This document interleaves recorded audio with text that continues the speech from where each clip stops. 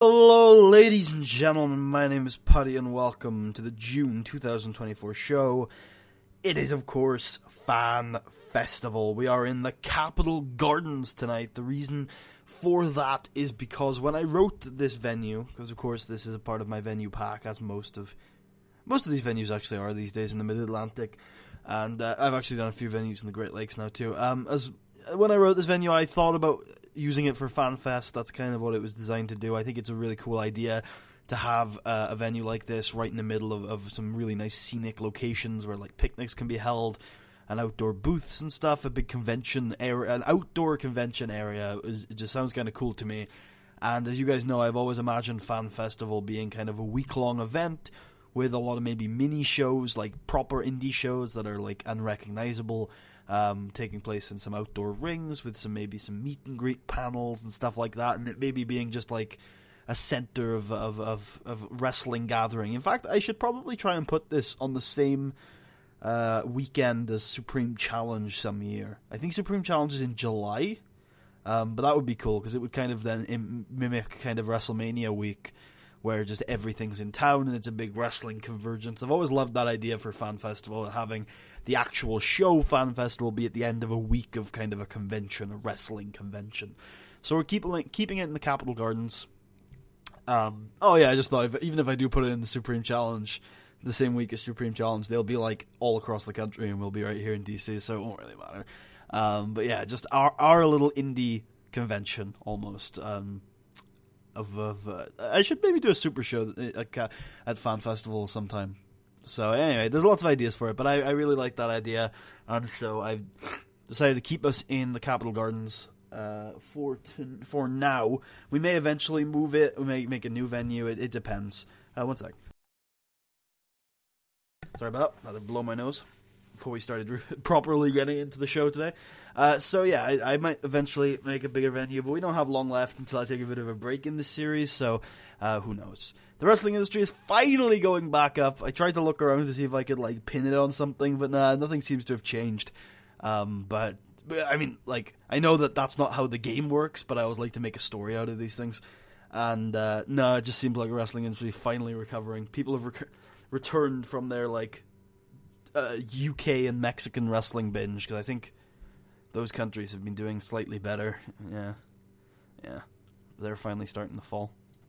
How many fans would we get? We get like 100 fans in a Japanese building if we fucked off over there. That's not too bad. I think we started at like 300 fans over here all those years ago when we made a 50k loss on our first month. We're back in the. I'm not sure if I've mentioned this, but we are back in the black for finances.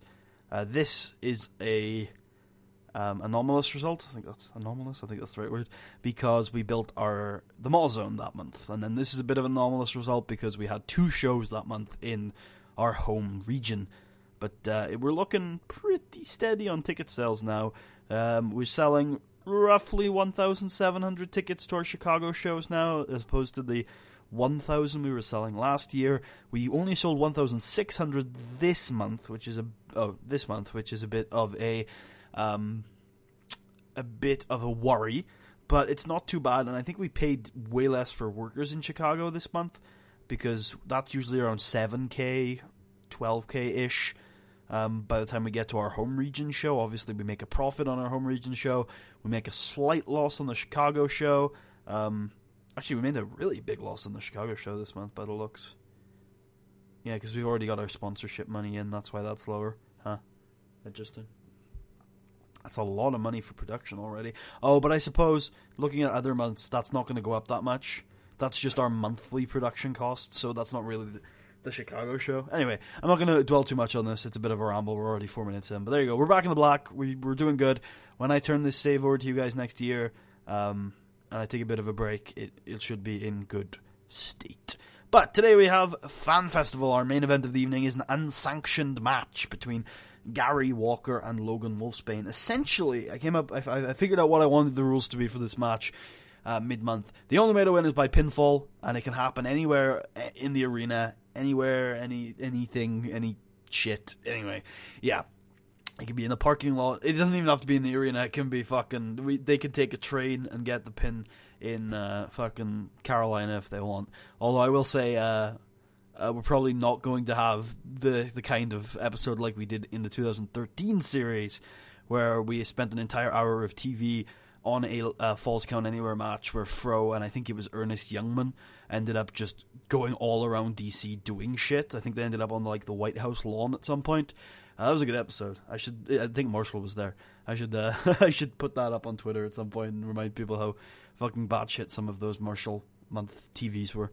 But no, we're not going to be doing that. It's going to be just a normal match, but it is basically Falls Count Anywhere.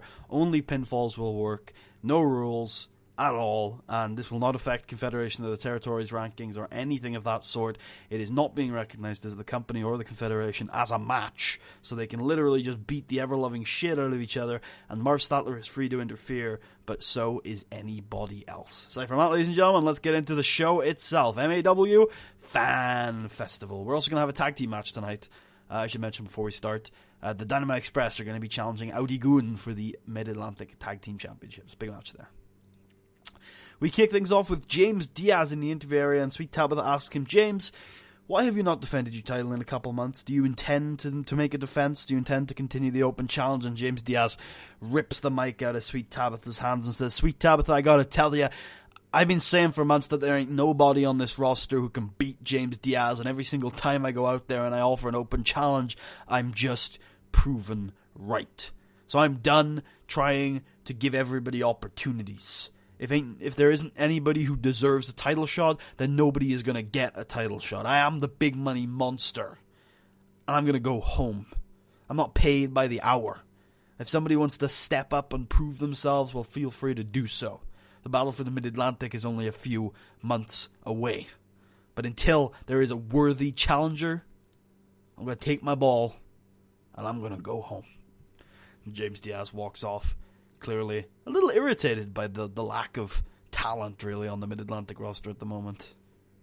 Or, I guess not talent, but strength, kayfabe talent. And we're going to kick things off with a wild brawl between Mike Graves and the returning for one night only George Wolf, who now works a lot in Chicago, coming back down here to the Mid-Atlantic for one night only to take on the outlaw Mike Graves. And, of course, George Wolf can match Mike Graves in striking ability almost, really ferocious brawling from George Wolf in his day, but has those technical basics to try and impose himself on Mike Graves. Mike Graves, though, too fast, too frantic, too furious for George Wolf, and once again really sets his opponent off his game and picks up the victory with that sprinting high knee.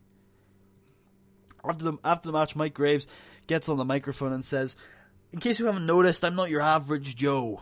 Mid-Atlantic Wrestling. I'm the outlaw. I'm the outsider. I've got a style like nobody else, and I can pick up victories here, there, and everywhere. I've beaten some of the best you've had to offer. You can throw them at me, and I'll keep knocking them down, because I am one of the greatest strikers on the planet today. Remember the name, Mike Graves. Mike Graves on a roll lately, and definitely deserves to be as confident as he is. Move on as Dewey Archer takes on the fast-talking, fast-working LA Lifestyle SWF alum, Earl Martin. They go at it with some basic technical wrestling. Earl Martin tries to turn things into a brawl, but Dewey Archer has too much technical prowess, of course a student of the legendary Sam Keith, to allow that to happen. Locks in hold after hold with a wink and a smile to the audience, working limb after limb after limb, imposing the Dewey Archer style on Earl Martin, and wrapping him up in a number of very exciting looking holds, and eventually picking up the victory with the Proton Lock. Big win for Dewey Archer as he picks up the victory here. We move on to a good match between Akira Erato, former Chicago champion, lost the title recently, but is a former Chicago champion known as the Wrestler, Japanese expat, one of the strongest wrestlers on the planet today. He's a mixture of some tough strikes with a number of really nasty submission holds, a bit of a MMA crossover guy, very puroresu, and he's taken it to another Japanese export in a way, American Elemental, who of course has toured the planet including Japan, much more of a Japanese junior, fast-paced technical wrestling mixed in with a bit of innovative offense as we know him. We're very familiar with American Elemental here in Mid-Atlantic Wrestling, but tonight he gets to face off against almost a similarly built opponent that he tends to face off with in Japan. Very Japanese match this, as American Elemental tries to use his pace, tries to use his speed to set Akira Erato off his game, but Akira Erato tries to use his strength to slow down the fast and colourful American Elemental, and it seems like Akira does have an advantage tonight, really setting American Elemental off his game, really taking it to the colourful superstar. But American Elemental just too fast on a number of occasions, picking up on an advantage and getting a quick roll-up win in a sensational match here in the middle of the card. Move on to the return of Shinikami. We thought we hadn't seen him in a while as he comes out and the crowd are booing. They're like, holy like come on, Kamikaze, we know it's you. Get the fuck out of here.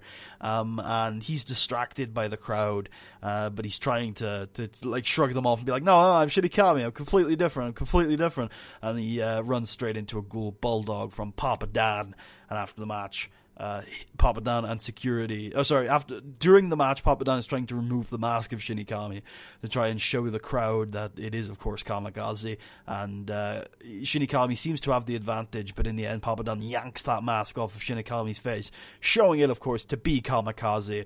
And Shinikami is obviously trying to cover his face up. Papa Dan picks up the win with the Ghoul Bulldog, and then security end up carrying Kamikaze out of the building, of course, because he is fired, as is the rest of Devil May Care. We move on to a tag team match as Audi Goon and the Dynamite Express go at it. Dynamite Express, one of the greatest tag teams in the history of Mid-Atlantic Wrestling. 3-time Mid-Atlantic Tag Team Champions, taking on Audi Goon 2. Clinton Adams, of course, is a 2-time Mid-Atlantic Tag Team Champion, once with this partner, Darren Gurgel. Darren Gurgel. Get Darren. We're going to call him Darren. Okay? So once with his partner Darren here, Audi Gun 2, and once, of course, with Terry Dale as the original Audi Gun. Terry Dale with a broken neck at the hands of now fired Stuntman.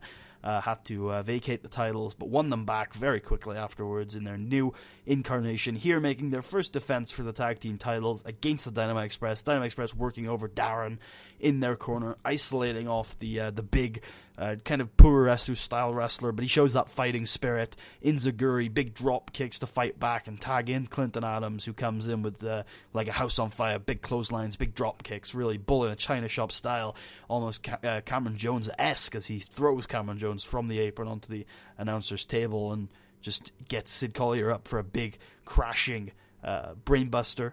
It seems like it's pretty even, actually. Neither team getting an advantage when suddenly Frosure and Davis Wayne Newton both slide their way into the ring with steel chairs and start swinging for the fences at both tag teams, earning a double disqualification. And after the match, they continue the assault. Frosure and Davis Wayne Newton start brutalizing, absolutely destroying all four men.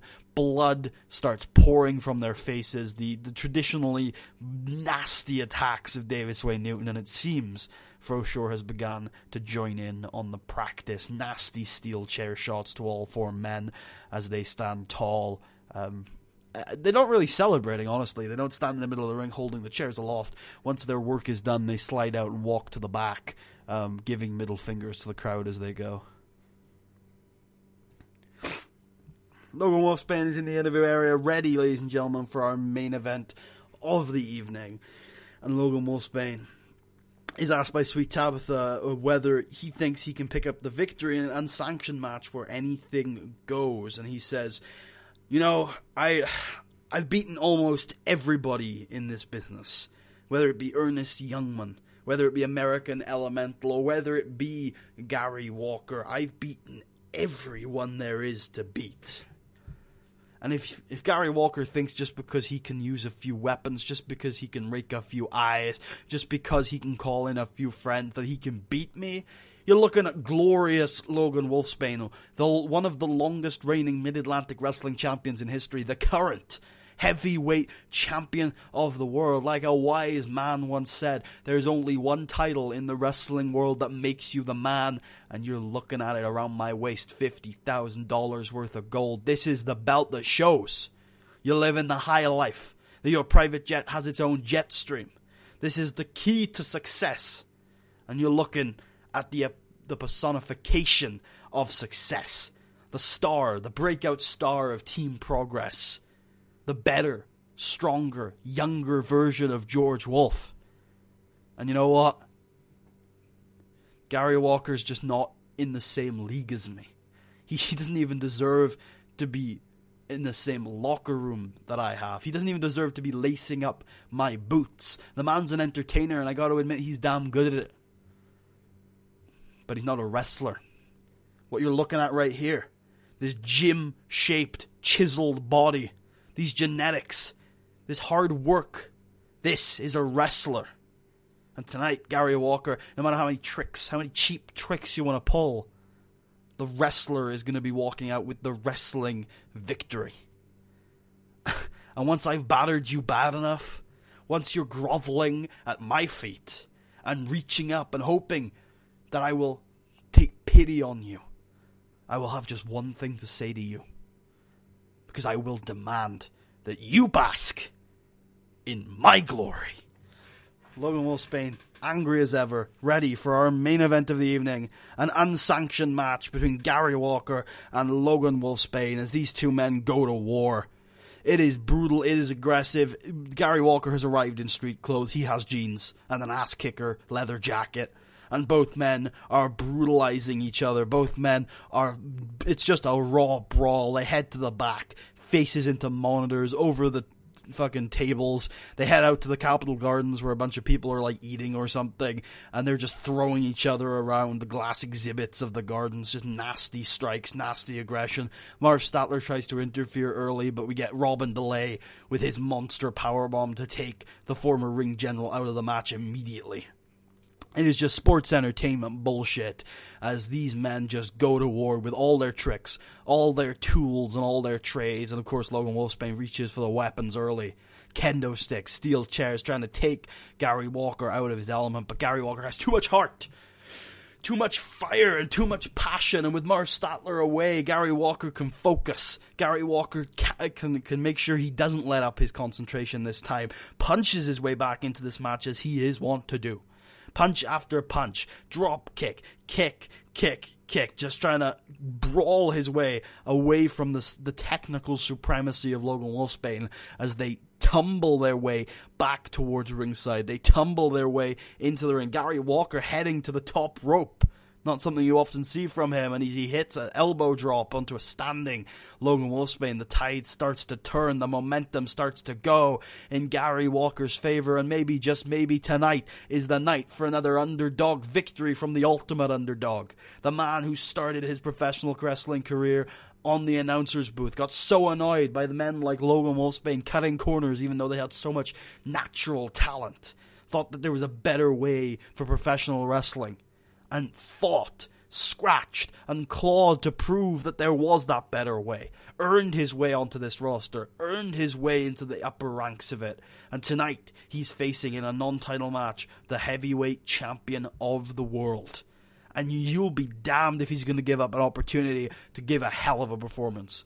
Maybe not win, but a hell of a performance. And he punches and kicks and elbows his way into the kind of internal respect of Logan Wolfsbane. Logan Wolfsbane might not respect Garry Walker consciously, but you've got to believe with the beating that Logan Wolfsbane has taken tonight and 2 months ago that he subconsciously respects Garry Walker, that he starts taking him seriously when they're in the ring together, as he starts trying to work him over with the takedowns, with the technical wrestling that Logan Wolfsbane has used over the last 3 years to be as good as he is. Internal respect from Logan Wolfsbane, but Garry Walker, despite that respect, despite that prowess that Logan Wolfsbane shows tonight, is still not going to give up, has too much heart to be kept down by glorious Logan Wolfsbane, and Garry Walker, the entertainer, as many have called him, fights back into this match, hulks himself up, feeds off the energy of the 3,000 strong crowd, hits the ropes as hard as he ever has, and hits that bionic clothesline, slumps on to the heavyweight champion of the world, and Garry Walker picks up one of, if not the biggest victory in his short career. Garry Walker has proven that he is better. Twice now, he has proven that he is better than the heavyweight champion of the world. Huge victory for Garry Walker tonight. Huge, huge redeeming victory, very cathartic victory, I'm sure, for the ultimate underdog, Garry Walker. Thank you all for watching. I hope you guys enjoyed. If you did, please leave a thumbs up. Check out the rest of the series. Subscribe if you haven't already. If you want to, if you're feeling especially generous, particularly like the episode, there's a link to my Patreon in the description. If you want to see me ramble on Twitter, there's a link to that also in the description. And next episode is the Sam Keith Classic. 4 teams fight in a round-robin tournament to decide who is the greatest tag team on the independent scene today. None of the entrants are announced. It's a mystery. Tune in next time to find out who will be on top. Thank you for watching. I'll see you guys then.